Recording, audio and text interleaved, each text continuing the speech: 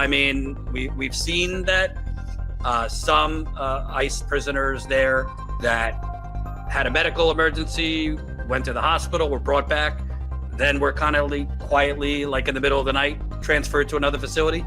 They're talking about like 800 detainees can now, nobody knows where they are. They're basically running an extrajudicial black site, that's what I've called it, and that's what it is, with no actual authority to detain immigrants. The governor of Florida used an emergency proclamation. It allows him to swat away permitting regulations, administrative blockages, regulatory standards in a myriad of different activities, right? Including the stand-up of these detention facilities. You want to see what real independent journalism funded by the people for the people looks like? You ever heard a story like this in America? You're looking at it. Congratulations for always being somewhere where mainstream media is not. Flint, Michigan. See you in Nevada. Thanks to people like you, we can get the truth. Corporate media, they've been lying to us for years, and you're going straight to the people. You are the man. I'm glad you're here. For as low as 16 cents a day, you'll keep us on the ground, covering the important stories the corporate media covers up. Hey, it's Jordan. Happy to be joined by Tomas Kennedy. You're an immigration rights activist down in Florida and have really been leading the charge, among many other activists, to try and shut down the torture prison known as Alligator Alcatraz. And there's a lot of alarming things going on and have been going on there for over 2 months. It was temporarily shut down and then revived. And now you have a report from the Miami Herald that essentially 2/3 of the detainees that have been there are now basically disappeared. About 800, according to the Miami Herald. Around 800 detainees showed no record on ICE's online database. More than 450 listed no location and only instructed the user to call ICE for details. A vague notation that attorneys said could mean that a detainee is still being processed in the middle of a transfer between two sites or about to be deported. It's possible that some of the men who couldn't be located were still at Alligator Alcatraz.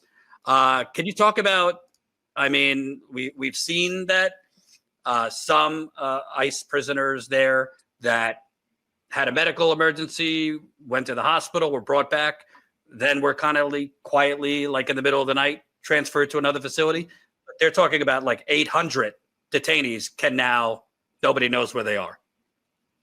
Right. So, and this is going to get a little bit in the weeds here, but this is related to the environmental lawsuit that was filed by the Friends of the Everglades, a nonprofit group, and joined by the Miccosukee tribe, right?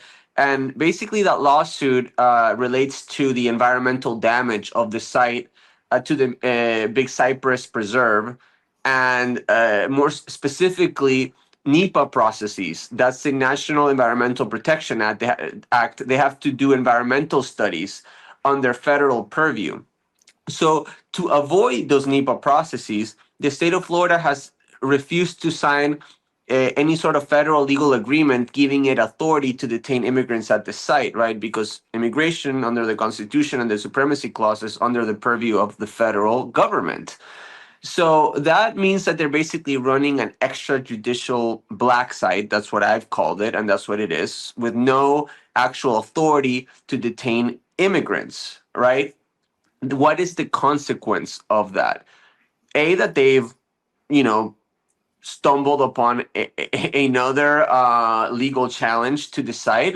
The ACLU and other groups have filed a lawsuit in regards to this lack of authority to conduct immigration detention, but it also leads to a lack of transparency and visibility into the facility because there's no database in which these detainees live. There's an ICE locator tool that people can use to basically find their loved one in immigration detention. You can add nationality and what's called an alien number to basically see where that person is in detention. And it's not 100% reliable, but, more or less it can be used with, again, varying degrees of reliability. No one in Alligator Alcatraz shows up in this tool. The state of Florida, for example, refuses not just to release a list of detainees inside Alligator Alcatraz, they refused to even give a number of total detainees at any time held at that facility. In other times, they have done so. Lately, they just refuse to even give a ballpark number of how many people are detained in there. So what happens? It's basically a bureaucratic and an administrative disappearance that has the consequence of denying people due process, because people are deported before bond hearings, even if they're scheduled. People who are hospitalized because of severe medical incidents, sometimes that we've talked about and you've covered in your show, those hospitalizations are not recorded. People are transferred and completely just drop off the face of the earth for sometimes days, weeks, because family members can't get in contact with them at all. So that's why we mean by disappeared, because people don't live in any sort of database that their family members can track them, and that has the consequence of denying them legal recourse and due process if they happen to have a lawyer or are seeking one. And also, just from kind of a logistical perspective, if you were to believe that the point of this is actually to expedite deportations rather than torture, how is like the countries of these detainees, most of whom who don't have any criminal charges against them, how are they supposed to pursue their return if they don't know where they are? If they don't know if they've even been there, they don't know if they've been transferred somewhere else? That's such a great question, Jordan. And I really want to emphasize this, because the governor of Florida and numerous times has said, if people don't like being detained at Alligator Alcatraz, they can choose to self-deport. That is a lie. I know, as you've known, and the folks you work with, I've worked with several family members who have loved ones or had loved ones detained in there, and several of them at one point or another sort of said, you know what, I'm tired of this, I'm exhausted, I can't take this anymore, I want to be self-deported. And they asked that to the authorities at the detention camp, and there's no mechanism for them to actually execute that self-deportation request. And why is that? Because up until a few weeks ago, there was no immigration court jurisdiction at all inside of Alligator Alcatraz. Now they've designated the Chrome Detention Facility, which is adjacent in Miami-Dade, as the immigration court jurisdiction, but that's not working very well, and cases are still not being adjudicated or considered within that immigration court in a lot of instances. But a lot of times people are held there, they were held there for up to 2 months without even being presented for a bond process in front of an immigration officer, in front of an immigration judge. There's little to no ICE presence in the detention camp, because it's all completely state run and staffed by private contractors and the Florida Department of Law Enforcement. So what the governor is saying is a lie, right? I mean, people are just stuck in there in basically like legal limbo. And we've also talked about, separate from the morality of this, which is obviously not there. I mean, Florida taxpayers at this point, it seems like well over $300 million has been handed out to donors for, contractors, people running this facility who don't seem to have any qualifications to run the facility, people bringing in, water tanks because they don't have a plumbing system there, and FEMA's not paying for it. I don't even know if Florida has filed for reimbursement, because the judges in this legal case have basically said, if Florida is reimbursed federally, then they might have to do an environmental impact study for this. So can you kind of talk about the massive scam and the massive boondoggle, making a lot of contractors and political donors wealthy off of basically nothing? Yeah. Another great question. So look, the governor of Florida used an emergency proclamation that he signed in January 2023, 2.5 years ago, citing the Biden border crisis and immigration crisis. And he's basically renewed that emergency proclamation since then. And what that emergency proclamation does is it allows them to swat away permitting regulations, administrative blockages, regulatory standards in a myriad of different activities, right? Including the stand-up of these detention facilities. And what it also does is that it allows them to skirt competitive bidding processes, meaning no bid contracts.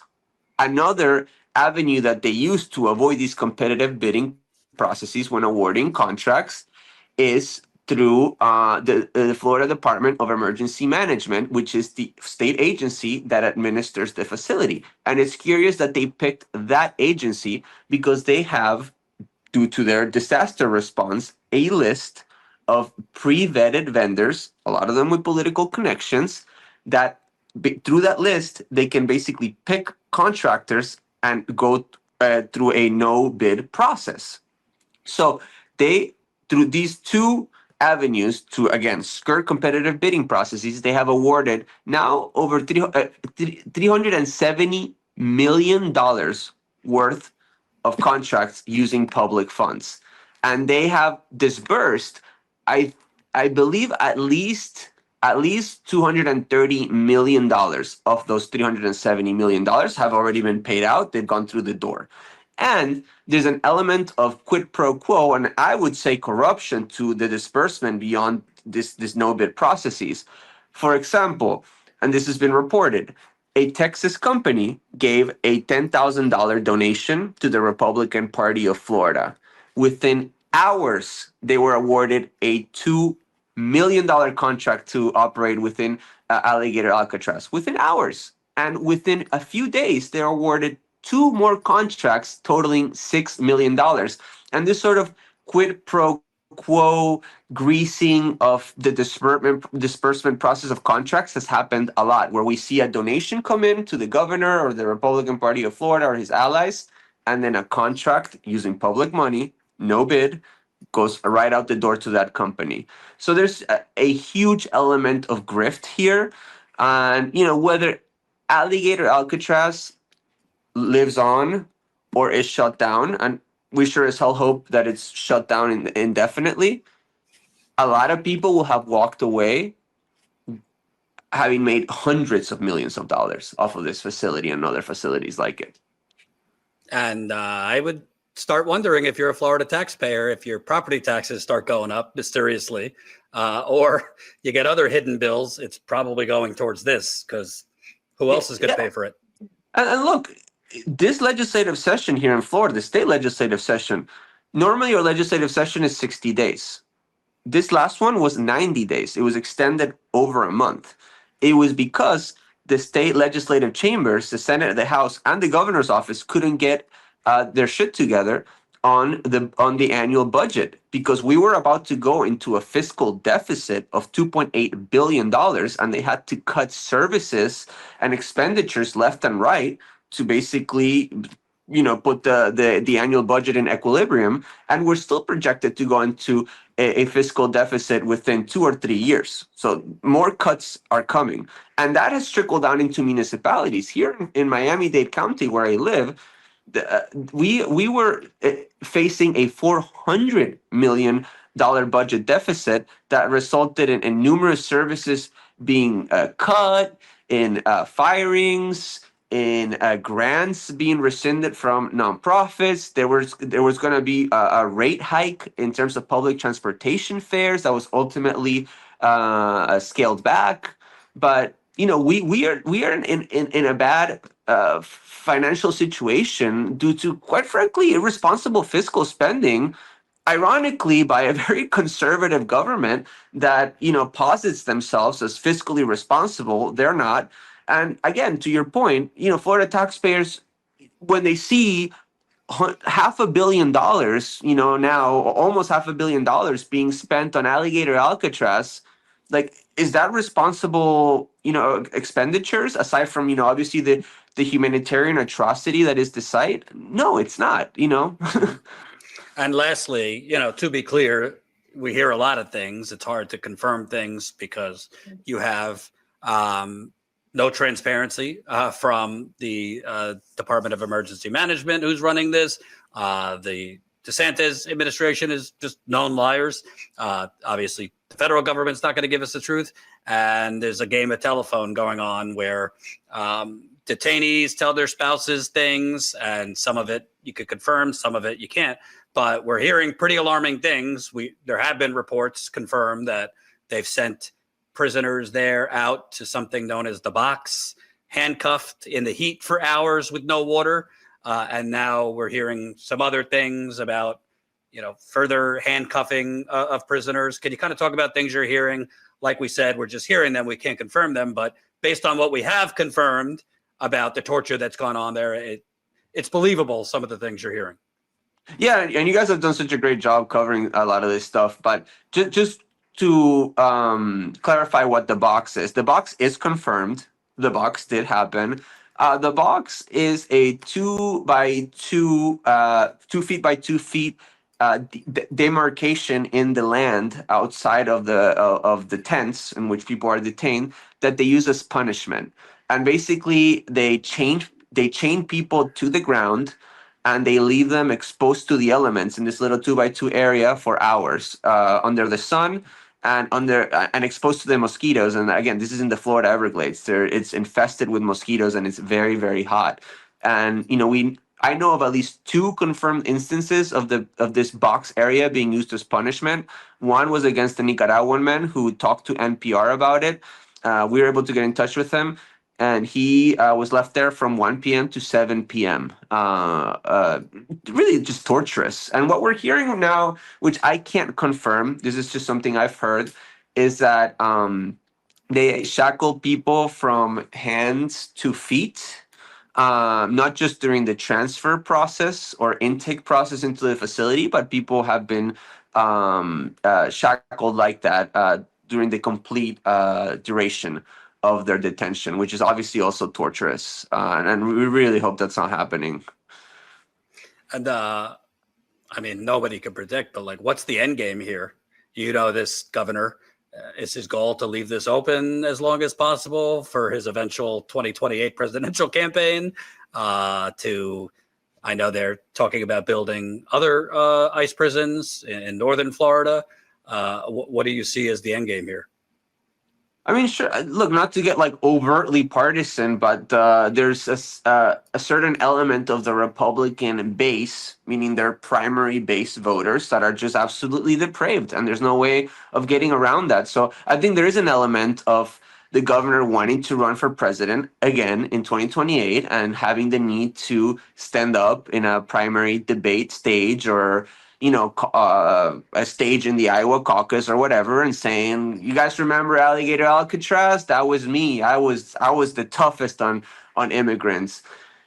And then there's just the grift of it all, right? I mean, as we've talked about just a few minutes ago, these detention centers are a huge cash cow for a lot of people, right? And they not just serve to enrich a lot of individuals, but also to grease the process of political contributions in exchange for government contracts, which again, it's so common in our process, right? In our government, in our political process. But this is especially depraved because it involves the detention of people and the separation of families and just such acute human suffering that I think adds just an extra element of depravity and immorality to the whole thing. Thanks so much for taking the time, for staying on this. You don't, get the attention, you and other activists, but there's been protesters out there for months, and we'll stay in touch. No, it's all good. And thank you guys for covering. You guys have been on it. So I really appreciate you guys. Absolutely.